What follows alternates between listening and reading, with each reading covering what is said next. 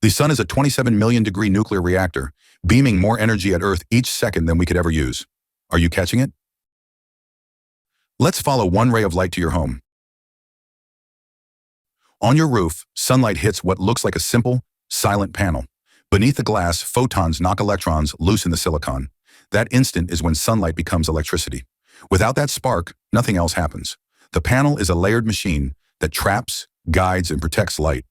Anti-reflective coating to catch more photons, microscopic metal fingers to gather electrons, silicon layers with opposite charges to push them the right way, passivation to stop energy leaks, encapsulant that bonds it like invisible armor, strong glass in a backsheet to endure heat, rain, and time. Every layer has a job, like a high-tech lasagna, cooked for performance. Deep inside is the PN junction.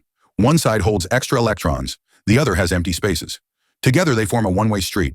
Once a photon frees an electron, the electric field pushes it forward and won't let it turn back, like a slide with a gate at the top. That's how random sunlight becomes a controlled flow. As electrons move, they create direct current, DC, flowing one way like a river.